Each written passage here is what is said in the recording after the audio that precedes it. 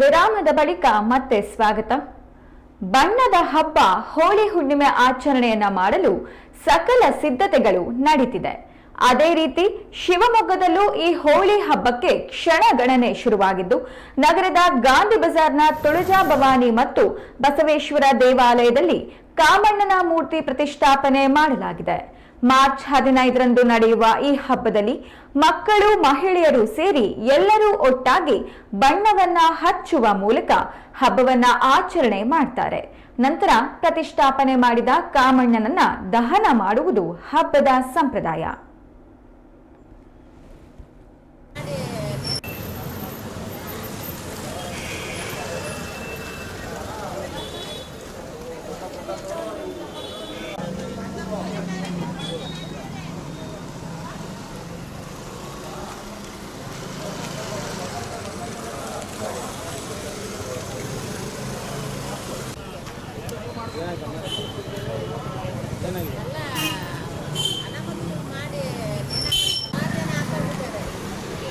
ಚೀಟಿ ಕಟ್ದವ್ರ ಕತೆ ಚೀಟಿ ಮಾಡಿದ್ರ ಕತೆ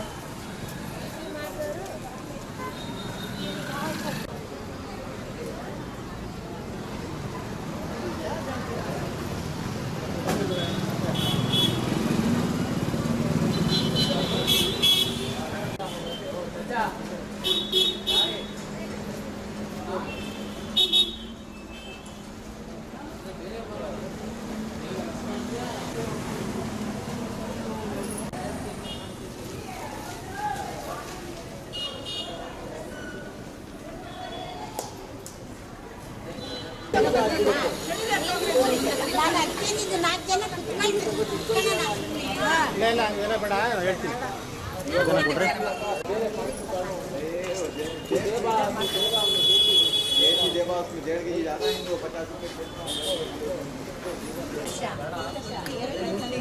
ಕರ್ನಾಟಕ ಬೇರೆ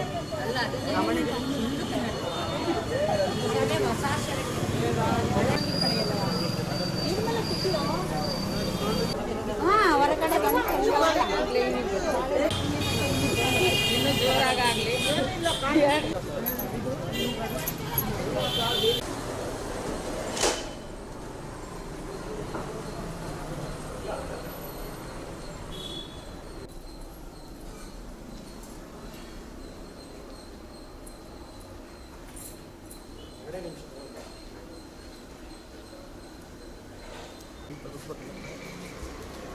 ಭಾಳ ತಪ್ಪಿದ್ರೆ ನಮ್ಮ ಒಳಗೆ ಇದಾಗ್ತದೆ.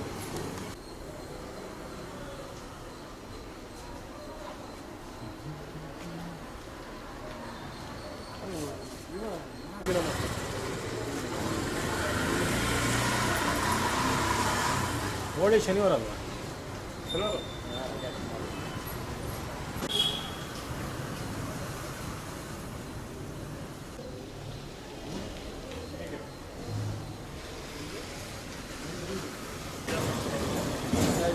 ಪೂಜೆಗೆ ಬೇಡ ಅಂತ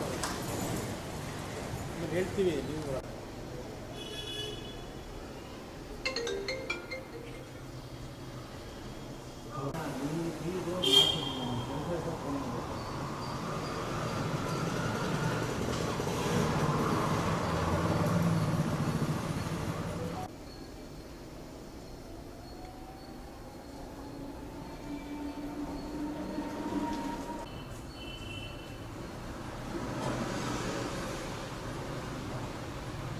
ನಾವು ಸೃಷ್ಟಿಮೇಳ ಸಮಾಜದಿಂದ ಸೃಷ್ಟಿಮೇಳ ಸಮಾಜ ಸದಸ್ಯರೆಲ್ಲರೂ ಇವತ್ತು ಕೂಡಿದ್ದೀವಿ. ಏನು ಉದ್ದೇಶ ಅಂತಂದರೆ, ಇವತ್ತು ಕಾಮಣ್ಣನ ನಿನ್ನೆ ದಿನ ನಾವು ಪ್ರತಿಷ್ಠಾಪನೆ ಮಾಡಿದ್ದೀವಿ. ಇದು ಪುರಾತನ ಕಾಲದಿಂದನೂ ನಡ್ಕೊಂಬಂದಿದೆ. ಬಸವೇಶ್ವರ ದೇವಸ್ಥಾನದಲ್ಲಿ ಕಾಮಣ್ಣನ ಕೂರಿಸೋದು, ಕಾಮದಹನ ಮಾಡೋದು ಪುರಾತನ ಕಾಲದಿಂದನೂ ನಡ್ಕೊಂಬಂದಿದೆ. ನಾವೆಲ್ಲರೂ ಒಗ್ಗೂಡಿಸಿ ಇಲ್ಲಿ ಸದಸ್ಯರೆಲ್ಲ ಸಹಕಾರ ಕೊಟ್ಟು ಸಮಾಜದವರು, ಬಂಧು ಬಾಂಧವರು ಎಲ್ಲರೂ ಕೂಡ್ಕೊಂಡು ಇದನ್ನ ಹೋಳಿ ಹಬ್ಬ ಆಚರಣೆ ಮಾಡಿ ಕಾಮದಹನ ಮಾಡ್ತೀವಿ ಅಂತ ವೀರಶೈವ ಸಮಾಜ, ಬಸವೇಶ್ವರ ವೀರಶೈವ ಸಮಾಜದಿಂದ ಎಲ್ಲರೂ ಸೇರ್ಕೊಂಡು ಹೋಳಿ ಹಬ್ಬ ಮಾಡಿಕೊಂಡು ಹಂಗೇನೆ ಕಾಮದಹನ ಮಾಡ್ತೀವಿ. ಶನಿವಾರ ಕಾಮದಹನ ಹೋಳಿ ಆಡಿ ಹಂಗೆ ಕಾಮದಹನ ಮಾಡ್ತೀವಿ. ಈಗ ಪ್ರತಿ ವರ್ಷನೂ ಕಾಮಣ್ಣನ ಕೂರಿಸ್ತಾ ಇದ್ದೀವಿ. ಕಾಮಣ್ಣನ ಕೂರಿಸಿ 3 ದಿನ ಪೂಜೆ ಮಾಡ್ತೀವಿ. ಆಮೇಲೆ 4ನೇ ದಿನ ಅದನ್ನು ವಿಸರ್ಜನೆ ಮಾಡ್ತೀವಿ. ವಿಸರ್ಜನೆ ಮಾಡ್ಬೇಕಾದ್ರೆ ಹೋಳಿ ಆಡ್ತೀವಿ. ಇಲ್ಲಿ ಶಿವಮೊಗ್ಗದ ತುಂಬ ಎಲ್ಲರೂ ವೀರಶೈವ ಸಮಾಜದವರು ಎಲ್ಲ ಪ್ರತಿಯೊಬ್ಬರು ಕೂಡ ನಾವು ಬಂದು ಹೋಳಿ ಆಡಿ ಅದನ್ನು ಕಾಮಣ್ಣನ ತಗೊಂಡೋಗಿ ದಹನ ಮಾಡ್ತೀವಿ.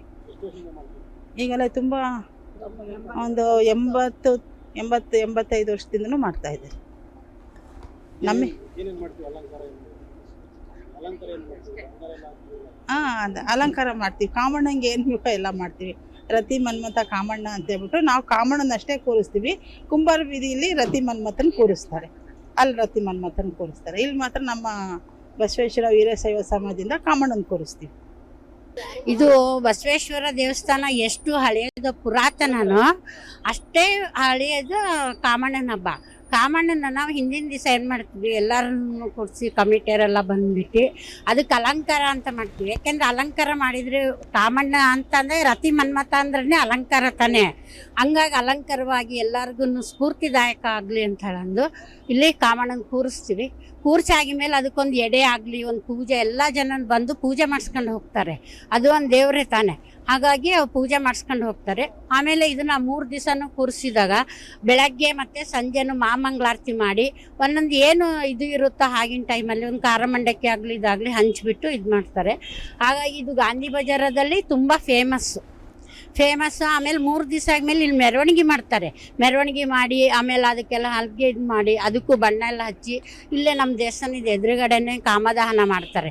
ಕಾಮದಹನ ಮಾಡಿದಾಗ ಮಕ್ಕಳದು ಅದೆಲ್ಲ ತುಂಬ ಚೆನ್ನಾಗಿರುತ್ತೆ ನೋಡೋಕ್ಕೆ ಅಂತ ಹೇಳಿ ಇಷ್ಟು ಹೇಳಿ ಮಾಡ್ತೇನೆ.